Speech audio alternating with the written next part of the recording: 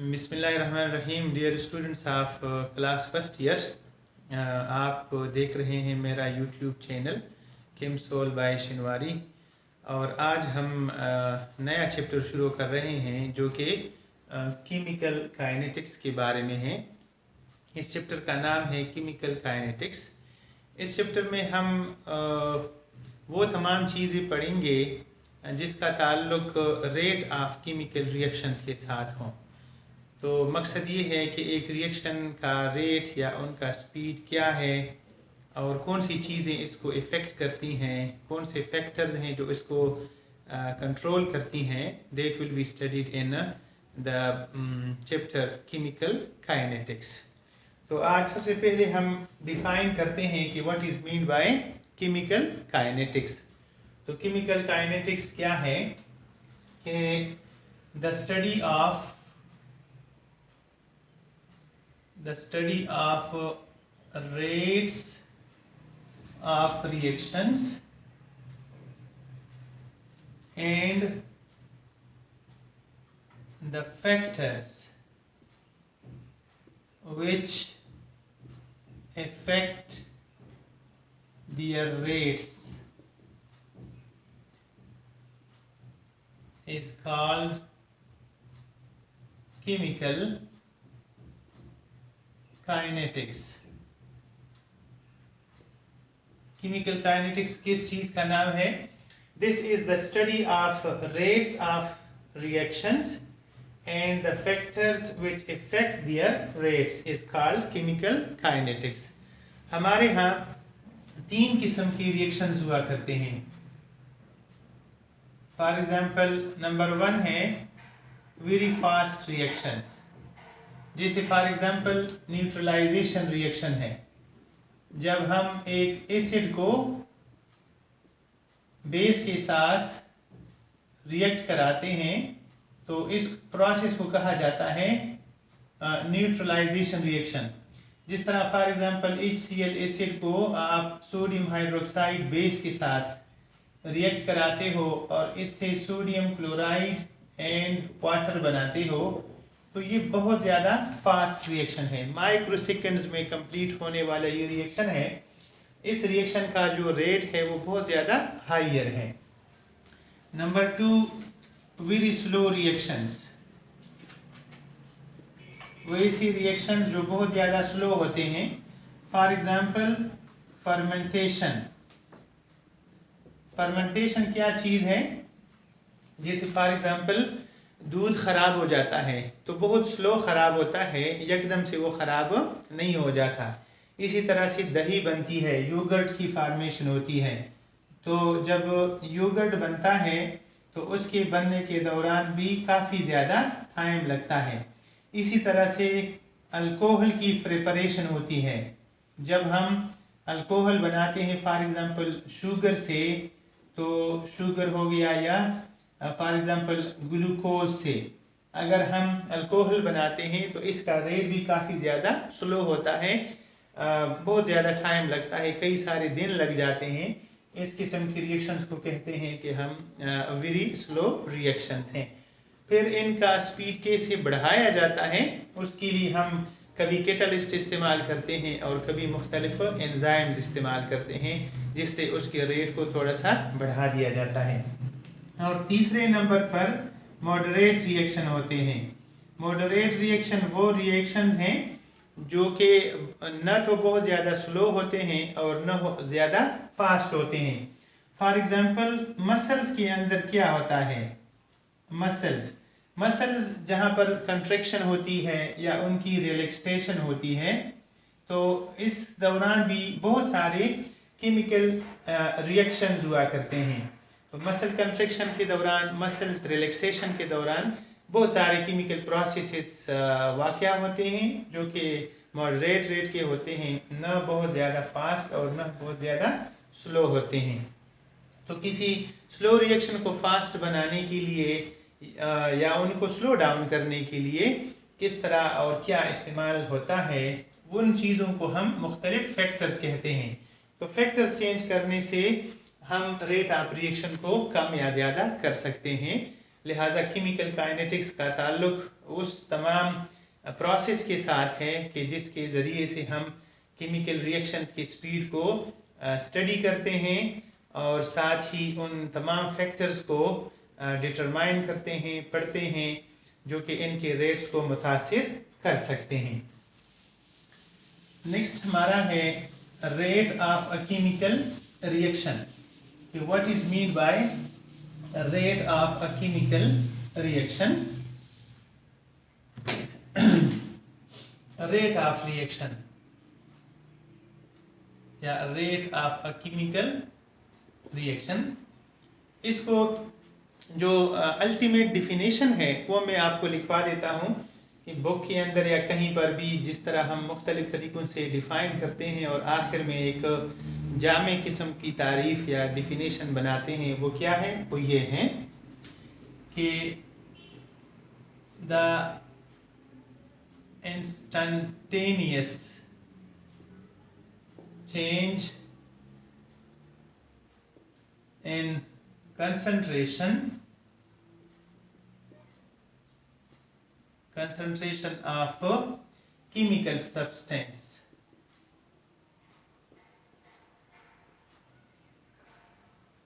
this is the instantaneous change in concentration of chemical substances, ठीक है, at a given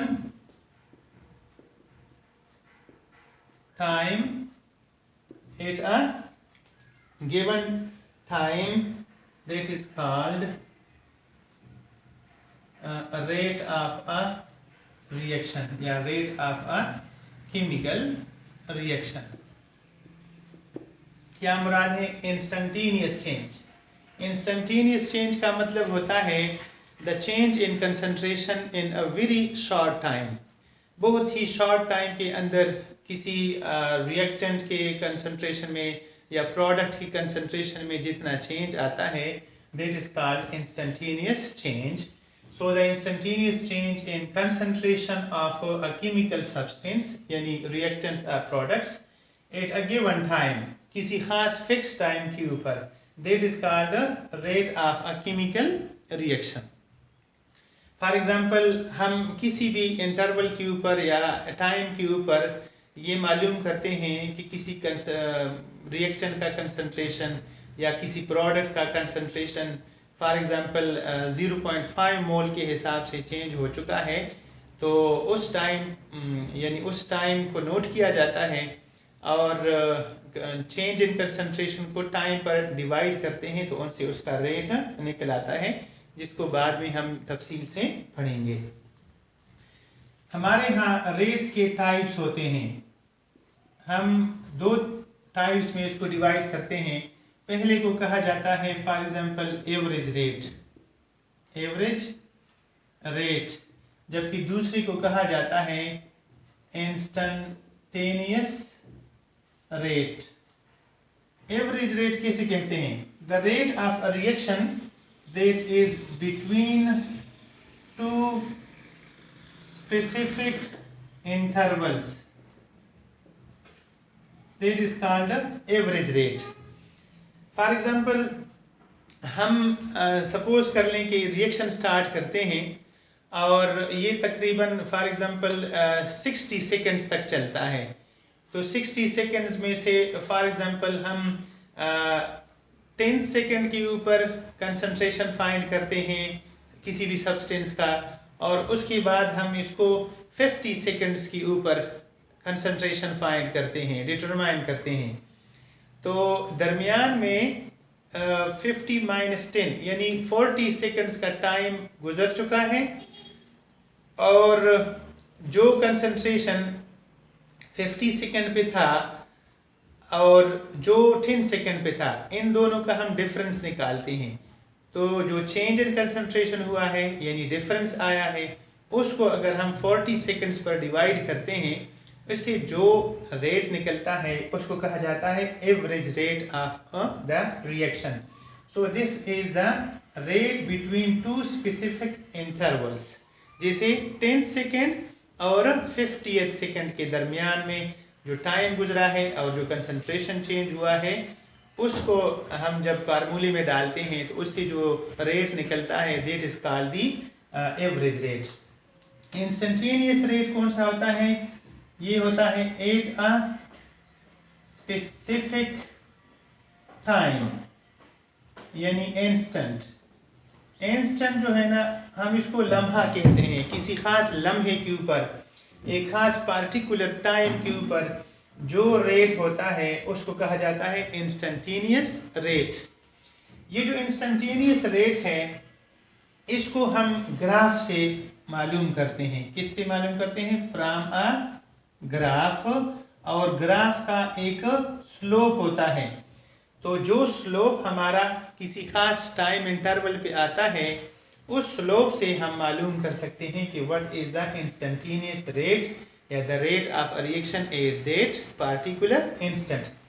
जैसे for example ये हमारे पास एक ग्राफ है जिसमें यहाँ पर हम टाइम नोट करते हैं और इधर हम कंसंट्रेशन नोट करते हैं। हमारा ग्राफ फॉर एग्जांपल कुछ इस शेप का बना हुआ है, तो हम इस टाइम के ऊपर मालूम करना चाहते हैं तो यहाँ पर हम पॉइंट लगाते हैं और इधर एक टेंजेंट ड्रा करते हैं। इस टेंजेंट का ये हम जब एक्सटेंशन करते हैं तो एक ट्राइंगल हासिल होता है। इसमें ये जो इसका वर्टिक्स है या वर्टिकल है इसको हम कहते हैं चेंज इन कंसंट्रेशन, और ये जो इसका बेस है इसको कहा जाता है change in time, delta T. तो फिर हम जो इंस्टेंटेनियस रेट है इसको मालूम करने के लिए dx को डिवाइडेड बाय dt करते हैं और इससे हमें जो आंसर मिलता है उसको इंस्टेंटेनियस रेट कहा जाता है, जिसको हम तफसील से बाद में पढ़ेंगे। अब ग्राफिकल रिप्रेजेंटेशन जब हम करेंगे तो दोनों चीजें जो है ना वो क्लियर हो जाएंगी कि एवरेज रेट क्या होता है और इंस्टेंटेनियस रेट क्या होता है। अब हम दोनों का कंपैरिजन करते हैं। कंपैरिजन कुछ यूं है कि the instantaneous rate is higher than average rate at the beginning of reaction.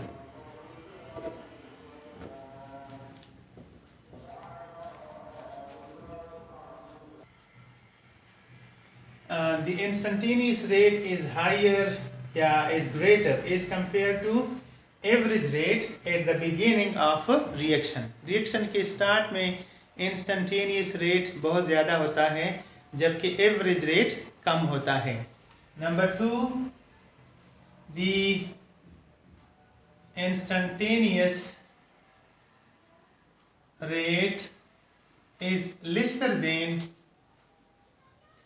Average rate कब? At the end of reaction। और number 3, the both are equal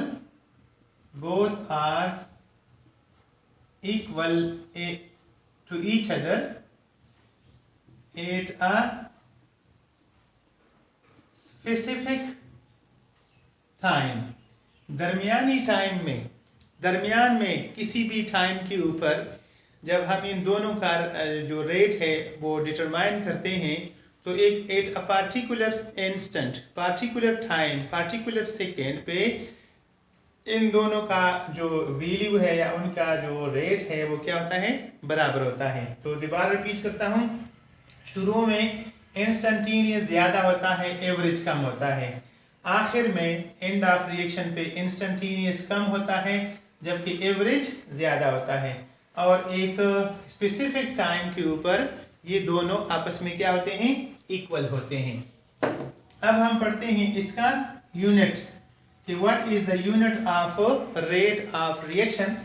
तो चूंकि हमने पढ़ा था कि the change in concentration in a unit time, इसलिए इसका होगा कि यूनिट जो है वो है moles moles per dm cube or per second. This is the unit of rate of a given chemical reaction. That is mole per dm cube. This is the unit of concentration, or per second. Second is the unit of time. That is why mole per dm cube per second is the unit of rate of a given chemical reaction. अब हम इसका पढ़ते हैं graphical representation. Graphical representation.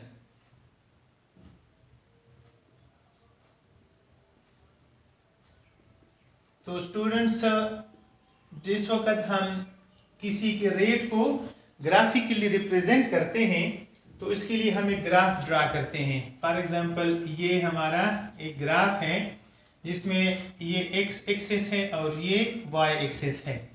तो हम इस पर time plot करते हैं सेकंड्स में, जबकि यहाँ पर होता है concentration of a given substance, चाहे वो रिएक्टेंट्स हो और चाहे प्रोडक्ट्स हो.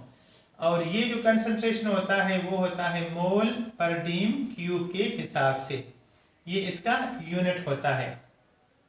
तो सपोज करें कि हमारा एक रिएक्शन है जिसमें A जो है वो कन्वर्ट होता है B में. हमारी रिएक्टेंट A है और हमारा प्रोडक्ट B है. तो A को हम रिएक्ट करके उसको डिकम्पोज वगैरह करके B में कन्वर्ट करते हैं. तो हम जब कंसंट्रेशंस को प्लॉट करेंगे तो कंसंट्रेशन ऑफ A जो होगा इन द बिगिनिंग बहुत ज़्यादा हायर होगा, जबकि कंसंट्रेशन ऑफ B जो होगा ये शुरू में 0 के बराबर होगा. तो with the passage of time the concentration of A will decrease. तो इस तरह से हमारा जो ग्राफ बनेगा वो इस तरह से बनेगा कि कंसंट्रेशन ऑफ A ग्रेजुअली जो है ना वो कम होता जाता है और आखिर में एक टाइम पर पहुंचकर फॉर एग्जांपल ये पैरेलल हो जाता है. इसमें न कमी आती है ना इजाफा होता है, जिस तरह की केमिकल इक्विलिब्रियम का सिचुएशन होता है. सिमिलरली टाइम के साथ साथ as the time passes the concentration of B is gradually increasing. B का कंसंट्रेशन आहिस्ता आहिस्ता इंक्रीज करता चला जाता है और आखिर में ये जो है ना वो पैरेलल टू एक्स एक्सिस हो जाता है. तो this is the situation where the concentration of A is decreasing with the passage of time and the concentration of B is increasing with the passage of time. अब हम ये जानना चाहते हैं कि किस रेट से A B में कन्वर्ट हो रहा है. तो इसका जो फार्मूला है मैथमेटिकली वो ये है कि rate is equal to D minus D into concentration of A divided by dt. dt क्या चीज है? dt से मुराद होता है a very small change in time और dA से मुराद होता है a very small change in concentration. dA से मुराद है क्या चीज? very small change in concentration of A और dt से मुराद होता है very small change in time, यानी very small interval of time. तो हम अब क्या करते हैं कि कोई ख़ास पार्टिकुलर टाइमिंग्स के अंदर ये नोट करते हैं कि A का कंसंट्रेशन फॉर एग्जांपल पहले टाइम पर कितना था और नेक्स्ट टाइम ये कितना हो गया. इन दोनों का डिफरेंस निकाला जाता है और इसको डिवाइड करते हैं टोटल टाइम टेकन के ऊपर. अब फॉर एग्जांपल हमारे पास ये है 10 सेकेंड्स. सपोज कर लें ये 10 सेकेंड्स हैं और सपोज कर लें कि ये 30 सेकेंड्स हैं. इसी तरह से ये 60 सेकेंड्स हैं, इसी तरह से ये 90 हैं वगैरह वगैरह. और यहाँ हमारे पास जो कंसंट्रेशन हैं वो फॉर एग्जांपल यहाँ पर 1 है, यहाँ पर फॉर एग्जांपल 2 है, यहाँ पर फॉर एग्जांपल 3 है और यहाँ पर फॉर एग्जांपल 4 कंसंट्रेशन है. तो अब हम ये मालूम करना चाहते हैं कि what is the rate of this reaction between 10 second time and 30 seconds time. इसके लिए हम 10 को सिलेक्ट करेंगे. 10 का जो इसका पॉइंट है इसके ऊपर हम parallel to this concentration axis एक लाइन ड्रा करेंगे जहां इसको टच कर रहा है। जब ये टच कर रहा है तो ये हमारा T1 हो जाएगा, फॉर एग्जांपल T1 हो जाएगा, और यहाँ पर जो है कंसंट्रेशन है वो C1 हो जाएगा। हम फिर 30 पे करना चाहते हैं तो हम इसका ग्राफ को टच करेंगे, जो A का ग्राफ है, this is the graph for A।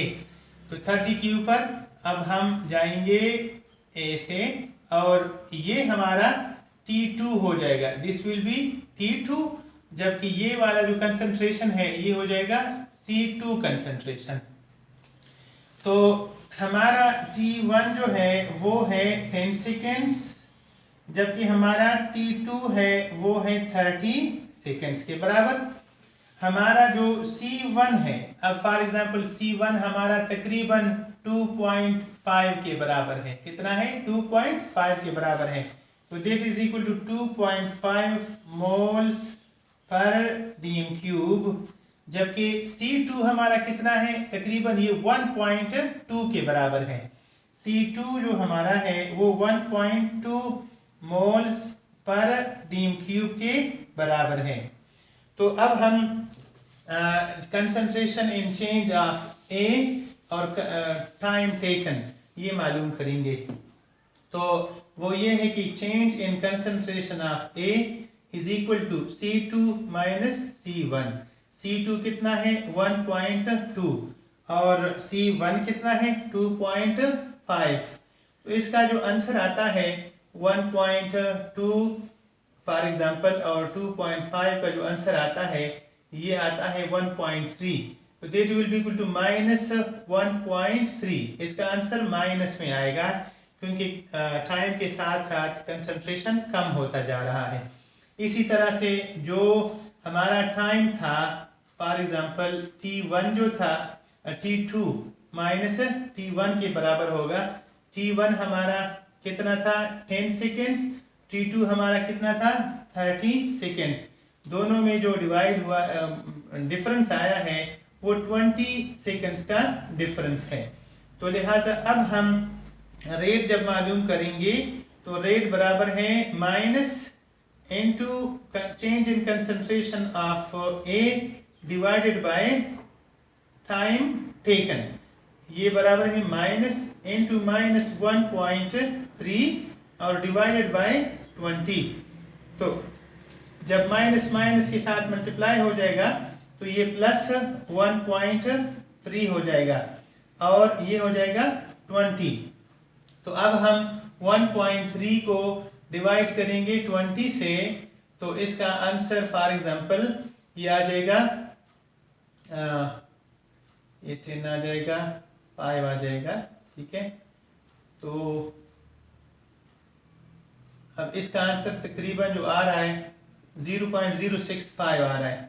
इसका रेट क्या है? इसका रेट जो आ रहा है वो 0.065, ये इसका रेट है। इसका मतलब ये है कि 1 सेकंड के अंदर जो कंसंट्रेशन ऑफ ए चेंज हो रहा है वो बाय अ फैक्टर ऑफ 0.065 मोल पर डीएम क्यूब और पर सेकंड इसका रेट हो गया। दोबारा रिपीट करता हूं, हम ग्राफ ड्रा करेंगे और टाइमिंग्स लिखेंगे, कंसंट्रेशंस लिखेंगे, फिर कोई 2 टाइम्स सिलेक्ट करेंगे। जैसे 10 सेकंड का टाइम है, हमने सिलेक्ट किया है T1, और सेकंड टाइम जो है वो 30 सेकंड्स हमने सिलेक्ट किया है, वो है T2। तो हम 10 के साथ यूं इस एक्सिस के साथ पैरेलल जाके इस ग्राफ को टच करेंगे इस पॉइंट पे। यहाँ पर सामने होगा C1 यानी कंसंट्रेशन 8 टाइम 1, और इसी तरह से कंसंट्रेशन होगा 8 टाइम 2। तो हम अब रेट लिखेंगे minus dA/dt, time 1 10 seconds, time 2 30 seconds, C1 2.5, C2 1.2 जो यहाँ हमने डिटरमाइन किया है। अब हम dA मालूम करेंगे, वो C2 माइनस C1 के बराबर होगा, जहाँ C2 हमारा 1.2 है और C1 हमारा 2.5 है। इसका आंसर माइनस 1.3 आएगा। इसी तरह टाइम क्या होगा, t2 माइनस t1, वो है 30 माइनस 10 इक्वल टू 20 सेकेंड्स। अब हम रेट यह फार्मूला इस्तेमाल करेंगे, तो इसमें हम जब वैल्यूज पुट करके आंसर निकालते हैं तो इसका आंसर 0.065 आता है। So this will be called the rate of this given chemical reaction. हम यही काम कंसंट्रेशन ऑफ बी के हिसाब से भी कर सकते हैं, प्रोडक्ट के हिसाब से भी कर सकते हैं। तो with respect to for example products, जैसे यहाँ हमारा प्रोडक्ट है, विद रिस्पेक्ट टू प्रोडक्ट्स हम इसका रेट क्या लिखते हैं। जैसे मिसाल के तौर पर यहाँ पर हमारा प्रोडक्ट बी है, तो इसका जो रेट होगा वो बराबर होगा plus change in concentration of B divided by time taken. तो यहाँ पर मैं आपको समझाना चाहता हूँ कि हम प्लस क्यों लिखते हैं। इसकी वजह यह है कि with the passage of time the concentration of B is increasing. आपने ग्राफ में देखा था कि बी का ग्राफ ऊपर जा रहा था और वो इंक्रीज हो रहा था, तो इसलिए हम यहाँ पर पॉजिटिव लिखेंगे, जबकि ए के साथ